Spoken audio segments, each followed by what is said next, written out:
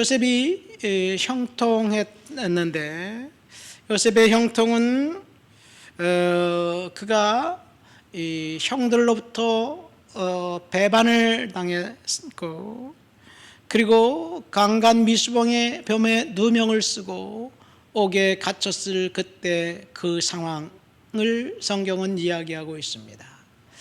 우리들이 볼 때 형들에게 배신을 당하고 팔렸다, 얼마나 처참하고 얼마나 비통하고 완통할까요? 사실 요셉은 네 가지 시험을 이제 받았습니다. 첫 번째 시련은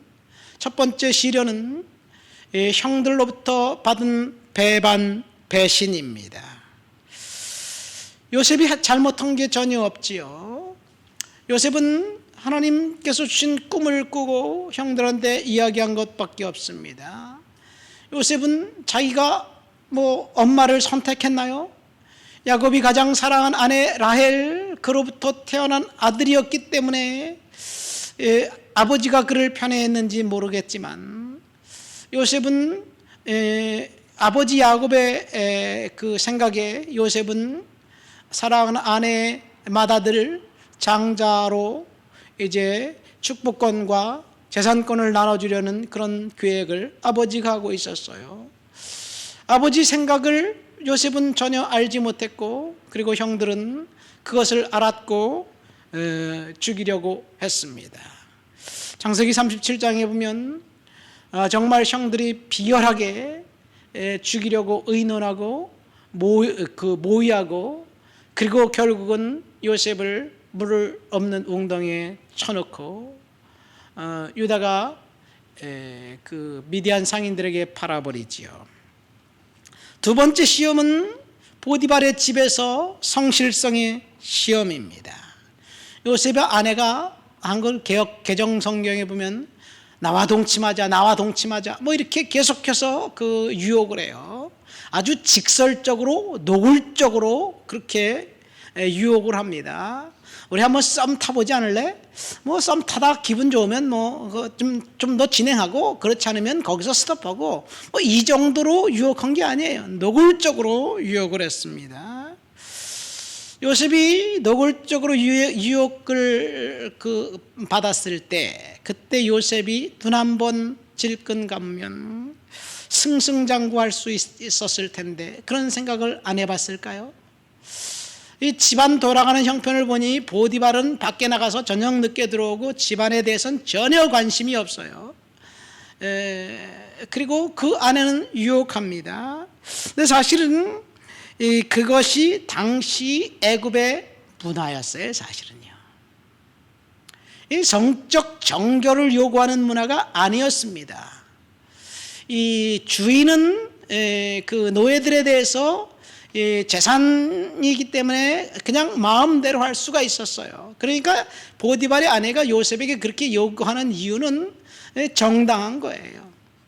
그리고 요셉은 거부할 수 없는 그런 상황입니다. 만약 거부한다면 불이익을 당할 수도 있는 그런 상황이지요. 그러나 오늘 9절 말씀 보면 요셉이 뭐라고 얘기하느냐? 내가 어찌 큰 악을 행해서 하나님께 득죄하리요, 하나님께 범죄하리요. 요셉은 그 상황을 본 것이 아니라 하나님을 바라보았습니다. 이 보디발의 아내가 막강한 영향력을 행사해서 요셉이 아내의 마음에 들면 그 이후로 그의 인생은 펼쳐지고 다른 인생이 진행될 터인데, 요셉은 끝까지 부인했습니다.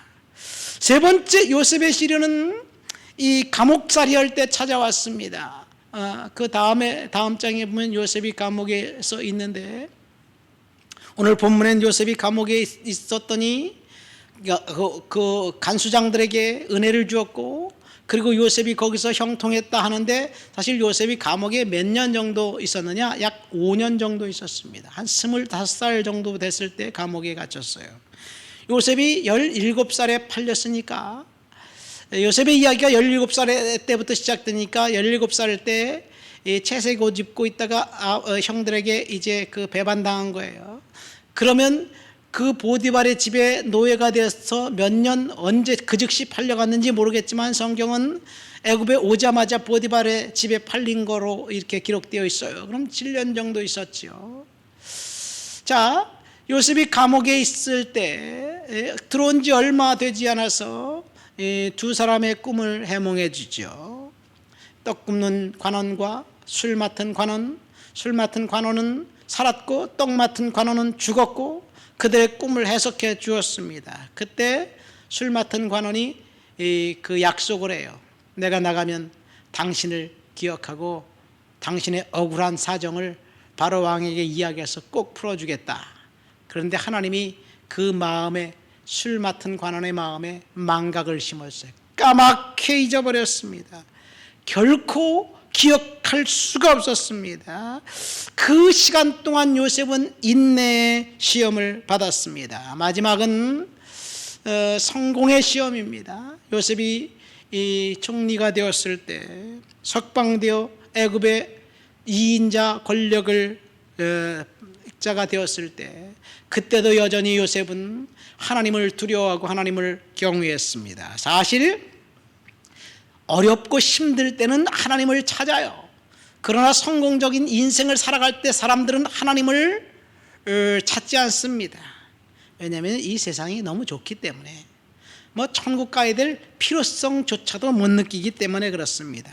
그래서 사실 번창하는 것, 성공하는 것이 더 심각한 위험이다라고 스펄전 목사님은 얘기했어요.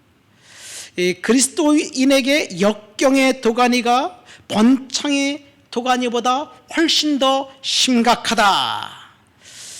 풍족하면 하나님을 잊어버리기 쉽기 때문이다. 그런데 요셉은 그때도 여전히 하나님을 따랐습니다. 자, 요셉이 지금 옥에 갇혔어요. 우리들은 그렇게 생각합니다. 하나님 앞에 기도하면 날마다 조금씩 좋아져야 돼요.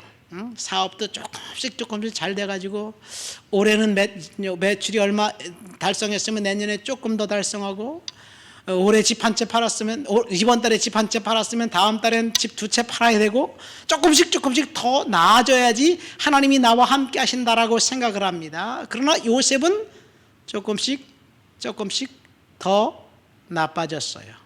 날마다 더 나빠졌어요.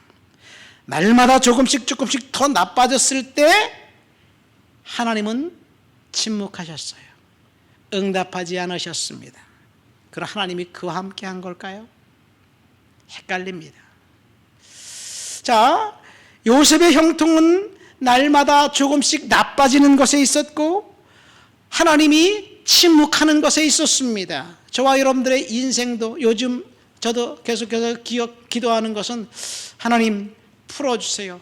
하나님 함께 해주세요. 회복시켜 주세요. 그렇게 기도하는데 나아질 기미가 없어요. 우리 장로님이 작년 4월 달에 공장에 화재가 나서 엄청 시련을 겪고 있는데, 좀 비전이 있는 것 같아서 또 어디 가서 일하는데 좋은 조건을 가지고 일을 시작했는데 월급을 못 받고 있어요. 지금 파산하고 그리고 회생을 신청하고 있는 과정이에요. 너무너무 힘들어요. 비전이 보이지 않아요. 조금씩 점점 더 나빠지고 있어요. 하나님은 침묵하시는 것 같아요. 그러나 그 시간 하나님이 함께 하시는 시간이라는 사실을 믿으시기를 예수 그리스도의 이름으로 축원드립니다. 사람들이 오해합니다. 요셉을 사람들이 오해했어요. 그러나 하나님은 오해하지 않았다는 사실을 믿으시기를 예수님의 이름으로 축원드립니다. 하나님 아버지 감사합니다. 요셉의 형통은 조금씩 나빠지는 것에 있었다는 사실, 그 사실을 알게 되었습니다. 우리의 인생 가운데 하나님 앞에서 믿음으로 살아가고 있지만 점점 더 상황이 나빠질 때 하나님, 그 시간에도 하나님은 우리와 함께하고 계시다는 사실을 믿음으로 알고 은혜로 살아갈 수 있도록 도와주옵소서. 예수님의 이름으로 기도합니다. 아멘.